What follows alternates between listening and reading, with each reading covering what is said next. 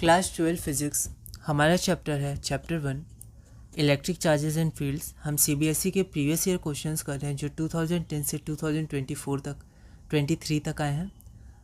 और हमारा अगला क्वेश्चन है क्वेश्चन नंबर 4।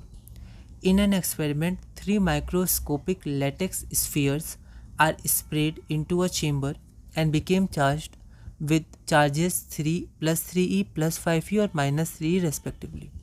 तो 3 लेटेक्स स्फीयर मतलब छोटे छोटे स्फीयर को चेम्बर में ले गए और वहाँ पर उन पे चार्ज आ गया +3 + 5e और -3e रेस्पेक्टिवली, ए बी और सी अगर मान ले तो।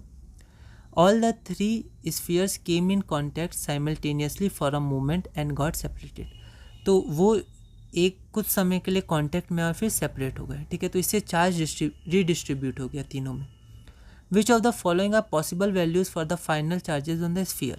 तो चार्ज जो डिस्ट्रीब्यूट हुआ वो पता नहीं किस में कितना आया, ठीक है, एग्जैक्टली नहीं पता, पर पॉसिबल वैल्यूज़ क्या क्या हो सकती हैं ए बी सी और डी में, ठीक है। यह क्वेश्चन सीबीएसई 2022 में 1 मार्क का आया है। एक बार आप इसे ट्राई करिए, फिर हम आगे बढ़ते हैं। तो मान लेते हैं 3 स्फीयर्स थे ए बी और सी और उनमें चार्जेस क्यू ए बराबर इतना, क्यू बी बराबर इतना, क्यू सी बराबर इतना है, ठीक है। आप ये भी लिख सकते हैं let the spheres be A B and C और फिर ये लिख सकते हैं, ठीक है। तो तीनों पे जो चार्जेस का सम होगा वो क्या हो जाएगा 3 + 5e -3 + 5e, ठीक है। ऐसा क्यों कर रहे हैं? तो इसलिए कर रहे हैं क्योंकि इसमें प्रॉपर्टी है कंजर्वेशन ऑफ चार्जेस, ठीक है।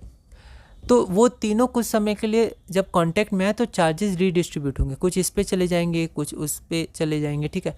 तो हमें नहीं पता एग्जैक्टली किस पे कितना होगा, पर इतना पता है कि जो टोटल चार्ज इनिशियल होगा, ठीक है, जब वो कांटेक्ट में नहीं आए थे, और टोटल चार्ज जो फाइनल होगा मतलब कांटेक्ट के आने के बाद, वो दोनों का सम इक्वल होगा क्योंकि चार्ज कंजर्व होते हैं। ये प्रॉपर्टी यूज़ कर सकते हैं, ठीक है।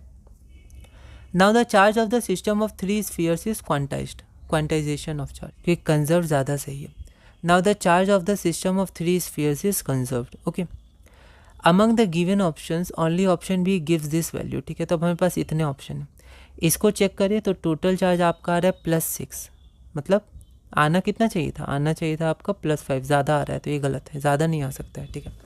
कंजर्व होते हैं, ना क्रिएट होते हैं ना डिस्ट्रॉय होते हैं, रीडिस्ट्रीब्यूट हो जाते हैं, कंजर्व होते हैं।